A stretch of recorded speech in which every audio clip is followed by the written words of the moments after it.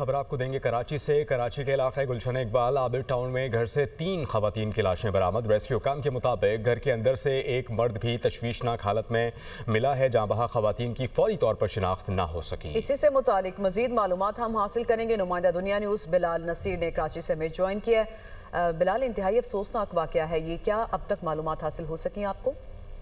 جی بالکل، یہ گلشن اقبال بلاک 1 میں عابد ٹاؤن ہے، اس کے ایک فلیٹ سے 3 خواتین کی لاشیں ملی ہیں۔ ایس ایس پی ای زبیر نذیر شیخ کہتے ہیں کہ خواتین کے چہرے یا جسم پر کوئی مارکس جو ہیں وہ موجود نہیں ہیں، تاہم انہیں ہسپتال منتقل کر کے مزید چیزوں کا کلیئر ہو سکے گا۔ ایک جو شخص ہے اس کی حالت غیر ہے، لیکن وہ بھی بیان دینے کے قابل نہیں ہے، تو اس کو بھی انڈر آبزرویشن رکھا ہوا ہے، اسے بھی ہسپتال منتقل کیا جا رہا ہے۔ تاہم فلیٹ کو سیل کیا جائے گا اور جو ٹیم ہے وہ یہاں پر آ کر تفتیش کرے گی۔ کوشش کر رہے ہیں کہ جو مرد ہے اس کی اگر حالت بہتر ہو تو اس سے بیان لے سکیں، تاہم اب تک ایسے کوئی ان کے چہروں پر اور جسموں پر کوئی مارکس موجود نہیں ہے، تو پولیس کا کہنا ہے کہ اس کی تحقیقات کی جا رہی ہیں۔ جی بہت شکریہ بلال نصیر، آپ نے معلومات دی۔ کراچی میں شارع فیصل پر ایف ٹی سی کے قریب قوم پرست جماعت کی ریلی کے شرکاء کی ریڈ زون میں داخلے کی کوشش۔ پولیس نے شارع فیصل ایف ٹی سی کے مقام سے بند کر دی ہے۔ ریلی کے شرکاء کی ہنگامہ آرائی، پولیس موبائل پر پتھراؤ کیا، ریلی پر پولیس کی شیلنگ، اور کراچی پولیس نے کئی مشتعل افراد کو حراست میں لے لیا ہے۔ یہ آپ کو کراچی سے خبر دے رہے ہیں، جہاں شارع فیصل کی یہ سچویشن ہے کہ ایف ٹی سی کے قریب قوم پرست جماعت کی ریلی کے شرکاء کی ریڈ زون میں داخلے کی کوشش کے دوران اب صورتحال کچھ اس طرح سے ہے کہ پولیس کی جانب سے ریلی پر شیلنگ کی جا رہی ہے اور پولیس موبائل پر پتھراؤ کیا جا رہا ہے مظاہرین کی جانب سے، اور پولیس کا یہ کہنا ہے کہ ریلی کے شرکاء کو ریڈ زون میں داخل ہونے سے ہر صورت روکا جائے گا، اور اسے روکنے کی کوشش کے دوران پولیس کی جانب سے شرکاء پر شیلنگ بھی کی جا رہی ہے۔ بلال نصیر ایک بار پھر ہمارے ساتھ موجود ہیں، اس پر ان کی معلومات جو ہیں وہ ہم سے وہ یقیناً شیئر کریں گے۔ بلال، کیوں احتجاج یہ کر رہے ہیں اور ابھی رائٹ ناؤ کیا سچویشن ہے؟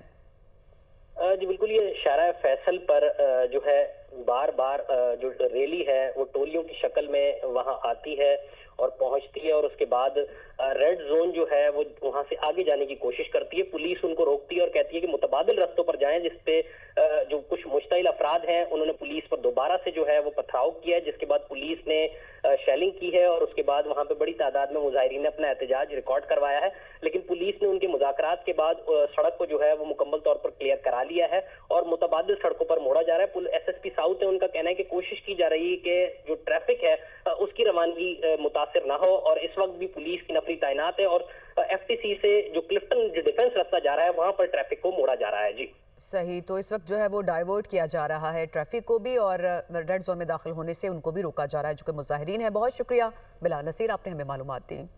آگے بڑھیں گے۔ بانی پی ٹی آئی ذہنی مریض ہے، ذہنی مریض اسپتال اور فلاحی منصوبوں کے فنڈز کھا گیا۔ وفاقی وزیر اطلاعات عطا تارڑ کا لاہور میں ترقیاتی کاموں کے حوالے سے منعقدہ تقریب سے خطاب، کہا کہ پاکستان تحریک انصاف کی خیبر پختونخوا میں 12 سال سے حکومت ہے، اس نے خیبر پختونخوا کو کھنڈرات میں تبدیل کر دیا۔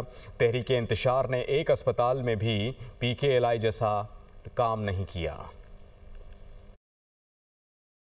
ایک جماعت ہے اس ملک میں جس کی پچھلے 12.5 سال سے حکومت ہے خیبر پختونخوا میں، ہمارا وہ صوبہ ہے، ہمارا دل دھڑکتا ہے خیبر پختونخوا کے ساتھ، ہمارا دل دھڑکتا ہے اپنے غیرت مند اور بہادر پختون بھائیوں کے ساتھ، مگر ستم ظریفی یہ ہے کہ پچھلے 12 سال میں اس صوبے کو کھٹر بنا دیا۔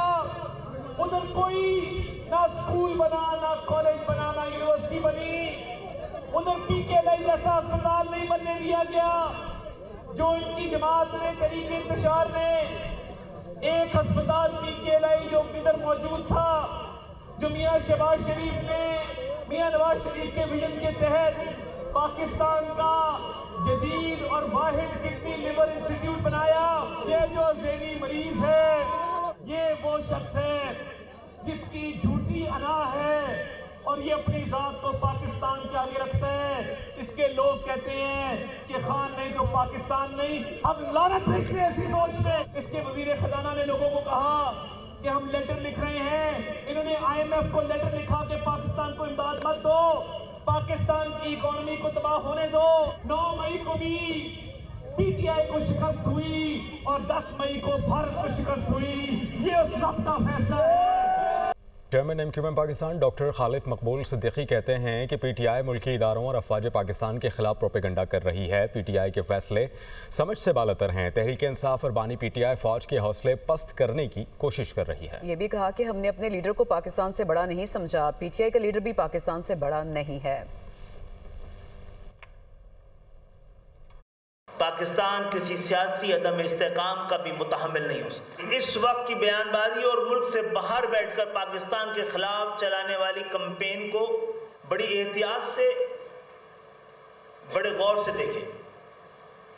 کیا یہ پاکستان کے خلاف کسی ایک اور سازش کے امکانات پیدا تو نہیں کر رہی ہے؟ ہم نے اپنے لیڈر کو بھی پاکستان سے بڑا نہیں سمجھا ہے، تو PTI کے لوگوں کو بھی یہ جانتے رہنا چاہیے۔ PTI تحریک انصاف اور ان کے سربراہ اور ان کے لوگ اس قومی فوج کو اور اس کے لیڈر کو، اس کے چیف کو، اس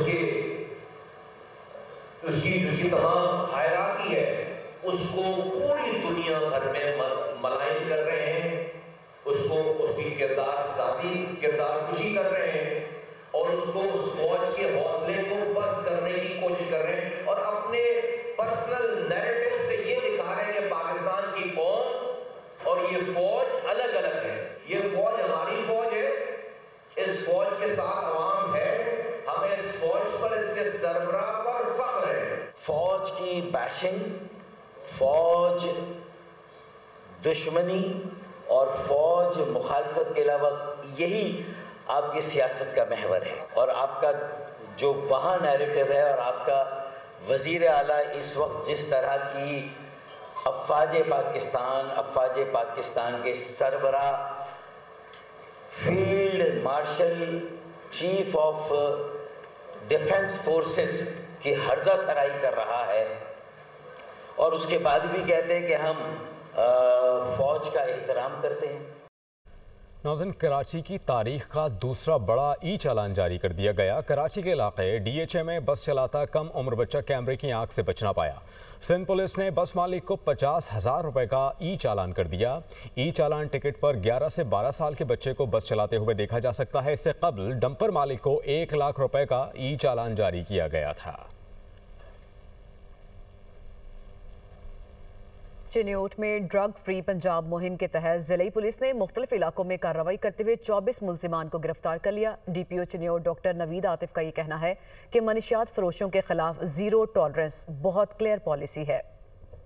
ڈرگ فری پنجاب مہم کے تحت پولیس نے ضلع چنیوٹ کے مختلف علاقوں میں کارروائیاں کرتے ہوئے خواتین سمیت 24 منشیات فروش ملزمان کو گرفتار کر لیا۔ گرفتار ملزمان کے قبضے سے 32 کلو گرام چرس اور 7 کلو گرام سے زائد ہیروئن برآمد کی گئی۔ ملزمان کے خلاف تھانہ سٹی، رجوہ، کوٹ بساوا، لالیاں، چناب نگر، محمد والا، بھوانا اور تھانہ لنگڑانہ میں مقدمات درج کر لیے۔ DPO چنیوٹ ڈاکٹر نوید عاطف کا کہنا ہے کہ منشیات کے خلاف زیرو ٹالرنس بہت کلیئر پالیسی ہے۔ کیسز کی روز کی بنیاد پر خود نگرانی کر رہا ہوں۔ پولیس کی کارروائیاں نہ صرف منشیات کے کاروبار کو ختم کرنے بلکہ نوجوانوں کو منشیات سے محفوظ رکھنے کے لیے بھی اہم قدم ہے۔ منشیات کا استعمال کرنے والا، منشیات کو بیچنے والا، اس کے بارے میں نہ قانون میں کوئی معافی ہے، نہ ہماری پولیس کو اس کی اجازت ہے کہ وہ کسی کو معافی دیں۔ اس میں زیرو ٹالرنس بڑی کلیئر پالیسی، اور حکومت کا بھی یہی حکم ہے۔ ابھی تک جتنے بھی دن ہو گئے ہیں اس میں اگر آپ مجھے اجازت دیں تو ہم نے 32 کلو گرام جو چرس کے کیسز ہیں، 7 کلو گرام ہیروئن کے کیسز ہیں، یہ ڈیٹیلز ہیں۔ بٹ ہم نے جو کیسز کیے ہیں وہ روز کے بنیاد پر میں خود مانیٹر کر رہا ہوں، پوری ٹیمز اور ریڈز ان کی سربراہی خود کر رہا ہوں، اور اس پہ ہماری زیرو ٹالرنس پالیسی ہے۔ DPO چنیوٹ نے مزید کہا کہ منشیات فروشوں کے خلاف درج مقدمات کی معیاری تفتیش کے بعد ملزمان کو عدالت کے ذریعے سخت سے سخت سزا دلوانے کو یقینی بنایا جا رہا ہے۔ آپ کو بتائیں کہ وزیر اعلیٰ پنجاب کا M2 Ravi toll plaza river training works کا دورہ، مریم نواز کو ریور ٹریننگ ورکس پروجیکٹ پر تفصیلی بریفنگ دی گئی۔ اس کے علاوہ وزیر اعلیٰ پنجاب مریم نواز نے روڈا پیکج 16 ریور ٹریننگ ورکس کا دورہ کیا، پروجیکٹ پر پیش رفت کا جائزہ لیا۔ وزیر اعلیٰ پنجاب مریم نواز کی راوی سٹی میں ترقیاتی کام تیز کرنے کی ہدایت، جبکہ چیئرمین روڈا شاہد اشرف تارڑ، CEO عمران امین، COO بریگیڈیئر منصور جنجوا نے سائٹ پر بریفنگ بھی دی۔